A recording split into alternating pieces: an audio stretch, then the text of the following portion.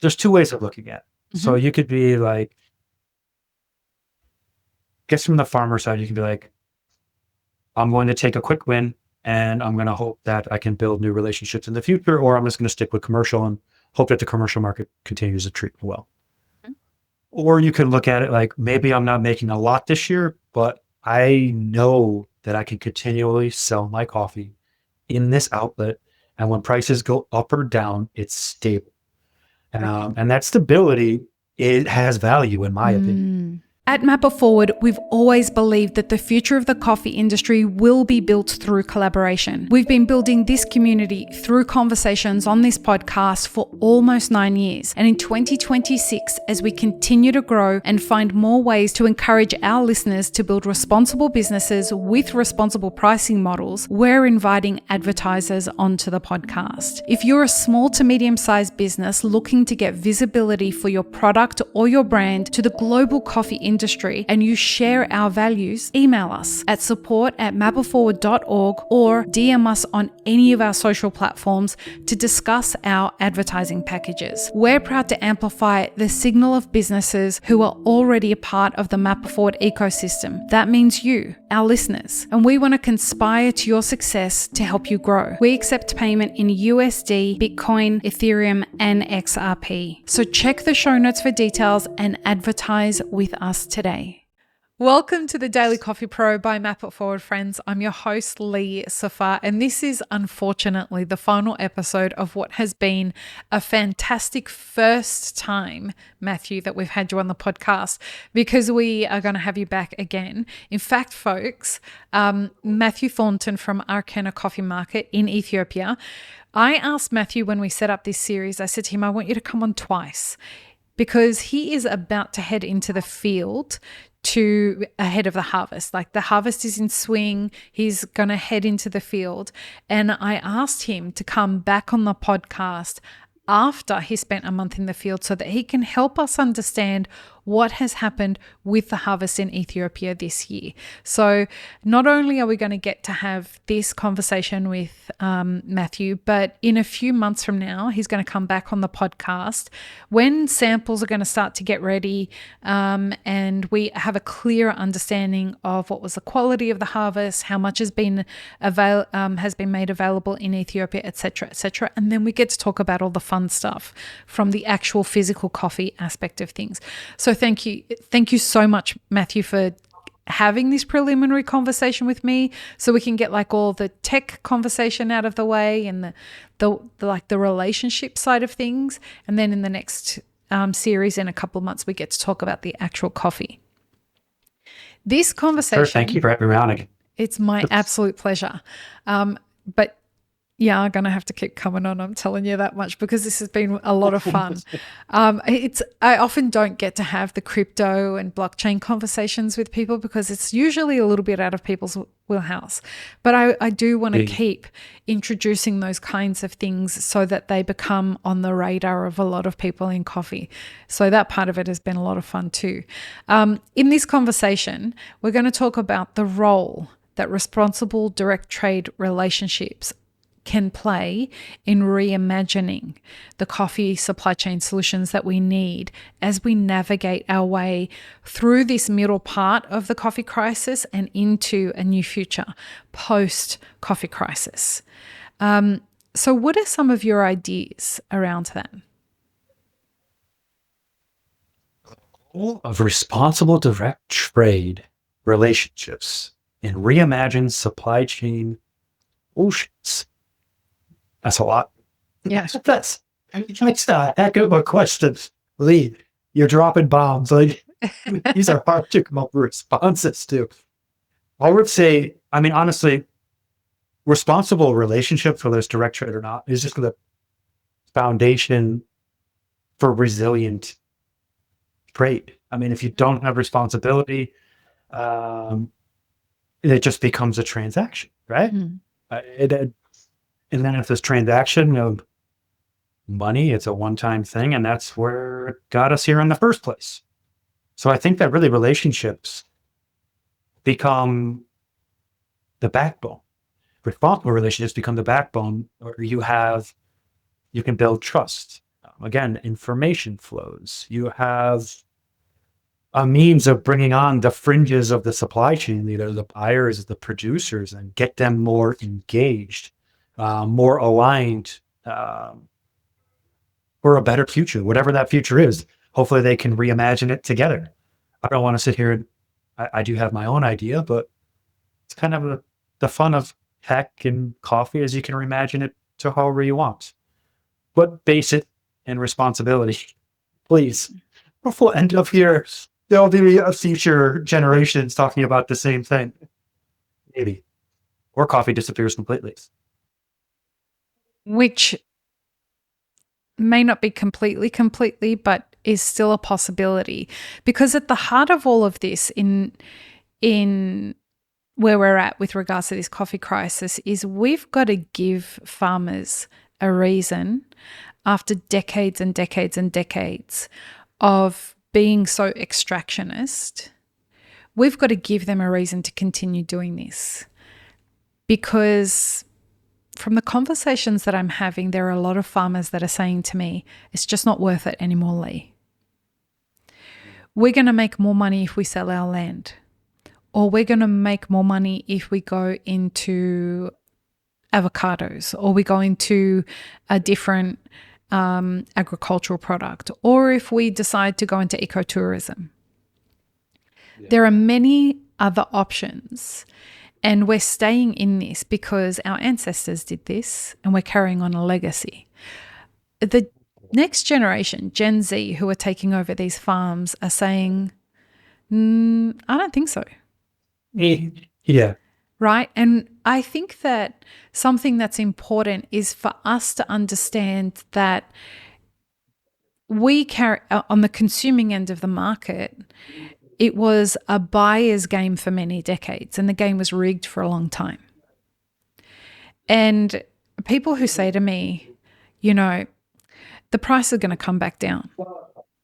Don't worry, this is going to flip back to being a buyer's market soon enough. Well, the climate pretty much is saying, fuck you, because that's not the case. This is different because of the role that the climate is playing. And because of how hard it's getting to grow coffee in all coffee growing regions, the narrative is flipping. And so getting access to coffee is going to change. Do you think that direct relationships are the way that somebody can buffer themselves from access problems long term in coffee? Yes, as long as it's responsible and farmers are being fairly compensated for their coffee. I think it is the way forward. I also think it really is a loaded question, because it had to happen. You have to, I think direct trade is a way, or just maybe just more responsible supply chains, but farmers need to be compensated better for the reasons you just mentioned. Like, why am I going to stick in this industry that's not paying off? Here in Ethiopia, go look at Harar. Like, it's been converted to chat fields. Yeah. It's just chat fields because they can harvest it multiple times a year. They make more money. And it's like, why deal in coffee that people don't want to pay more for? Mm-hmm. And then we'll say that the price of coffee will flip. Maybe so. And then you're going to lose the coffee farmers. Production is going to be constrained. People are going to have to pay more for it, and then the price will come back up again. It's a cycle. It's just, it goes back and forth. It's cyclical.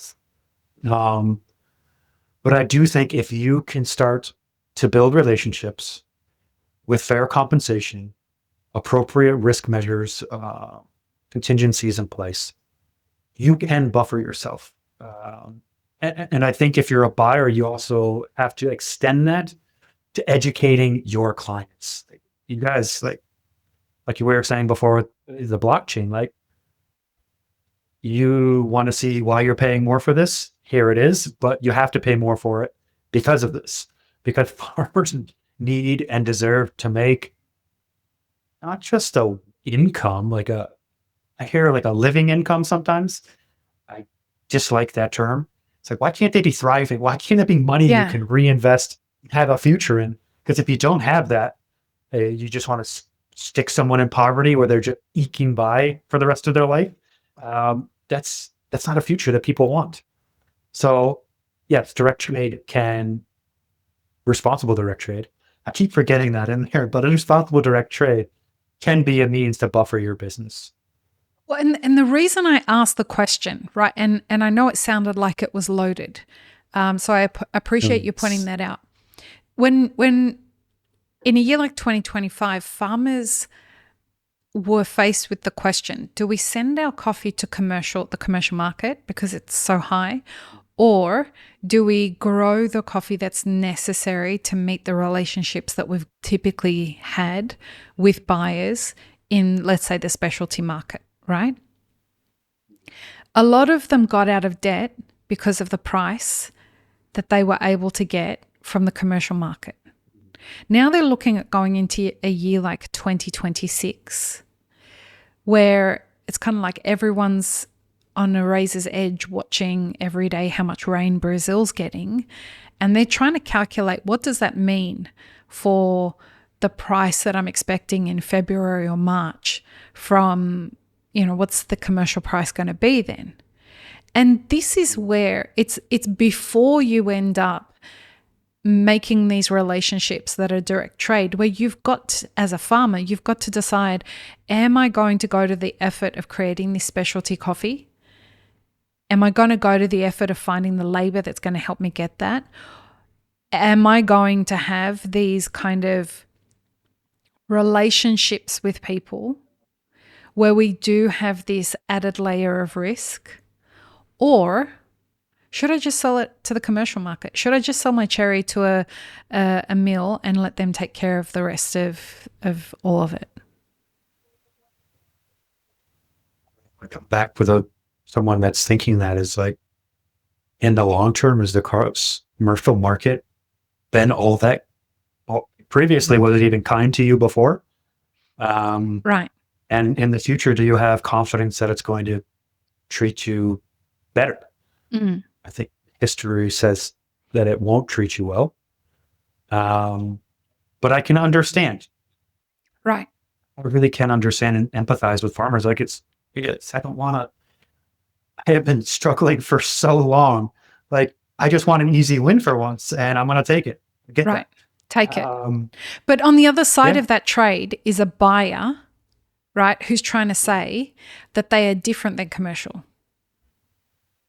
Right? And I think the point I'm trying to explore with you is this idea of, if we don't give farmers an incentive to want to put in the effort for these direct relationships, they absolutely have an alternative that's much less of a head fuck than it used to be. Yeah. It is a seller's market now. Buyers need to adapt. They need to educate their clients. There's always there's two ways of looking at it. Mm-hmm. So you could be like, I guess from the farmer side, you can be like, I'm going to take a quick win and I'm going to hope that I can build new relationships in the future, or I'm just going to stick with commercial and hope that the commercial market continues to treat me well. Mm-hmm. Or you can look at it like, maybe I'm not making a lot this year, but I know that I can continually sell my coffee in this outlet. And when prices go up or down, it's stable. And that stability, it has value in my opinion. I would be very happy. That is as a business owner, that's one of the things that always boggles my mind. It's like, do we have the sales next year? Is it going to come in? Yeah. Right. If you have partners that have been with you through thick and thin, and maybe it's a little more work, but you know what? I have confidence they'll be there. That has value. That has a lot of value for me personally. I am my own person, though. Every farmer has to, make their own considerations. Mm-hmm. And on the bottom side, if they really are trying to promote, again, comes down to their business model. If you are saying that you are paying more above the commercial market, this fair trade stuff, and that's something that is a USP, a unique selling point for your business, you best back it up. because now you're going to have to pay more, and you better educate your consumers so they know what they're paying for. And hopefully you've already baked that into your business model and into your marketing, into how you communicate with your clients, so you can continue to do that. That also comes with considerations of finance, managing your business, managing your relationships. There's a lot to consider for both sides of the supply chain. But if you're just maybe as a cafe or a roaster, you're like, your USP is the relationships you have. And you're like, maybe we're not way above the commercial market this year, but we have very sustainable business that our farmers are happy with. Here's our testimonials. I would love it if they could be like, here, go talk with the farmer. You get their own opinion. Don't ask us. The farmer's happy, they'll tell you. That's another way you could potentially go about it. I guess there's just no silver bullet to any of this. It's really how you position yourself. Right, like that's the exciting part about it. It's getting more even, and the farmer is getting more options with all of this. Yes. Matthew, this has been a delightful series. I can't thank you enough. We look forward to hearing you come back to talk about what's happening with the harvest. And I'm very, very intrigued about what is going to happen with that. As always, our last question. When the future version of you comes back and watches this, what do you hope for him?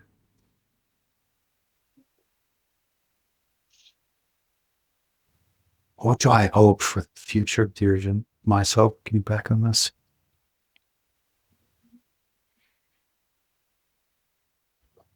Well, we've continued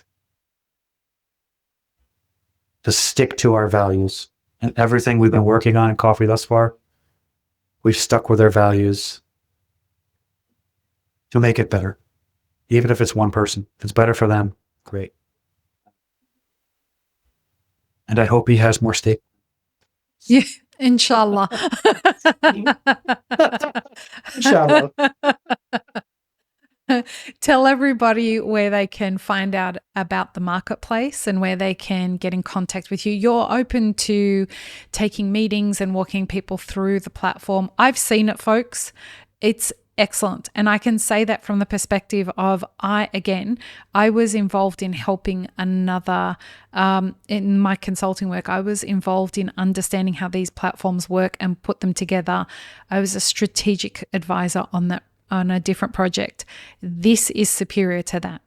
So, take my word for it or don't, but get in contact with Matthew and have a look. So Matthew, please tell everyone how they can get in contact with you and find the marketplace. Yeah, well, thank you for that. We are on Instagram, we're on Facebook. You can reach out to me directly through our email. You can find us at arkenacoffee.com. Yeah.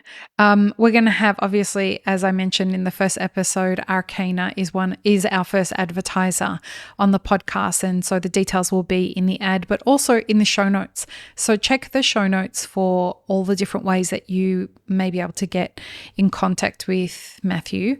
And I just want to say what my favorite part of Arkena was that I haven't seen anywhere else.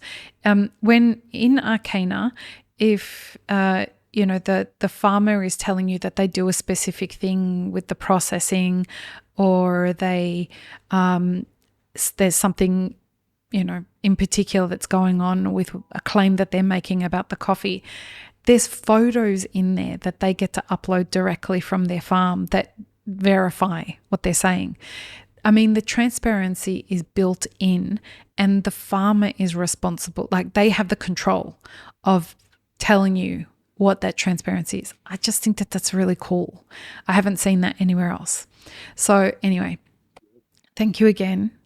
We'll see you in a couple of months. Would you do us the honor of signing off the whole series for us? Yeah. Peace, love, and peanut butter. Have a great rest of your day. I didn't even have to say that part. Yeah. Bye, everyone. This episode is part of a 5-part series produced by Mapper Forward. Check the full playlist and guest details in the show notes, as well as how you can support our work in the coffee industry. Become a premium YouTube subscriber, explore our Patreon and any brands we've partnered with to bring you this podcast. Please don't forget to like, share, and subscribe. It really does help us grow our audience.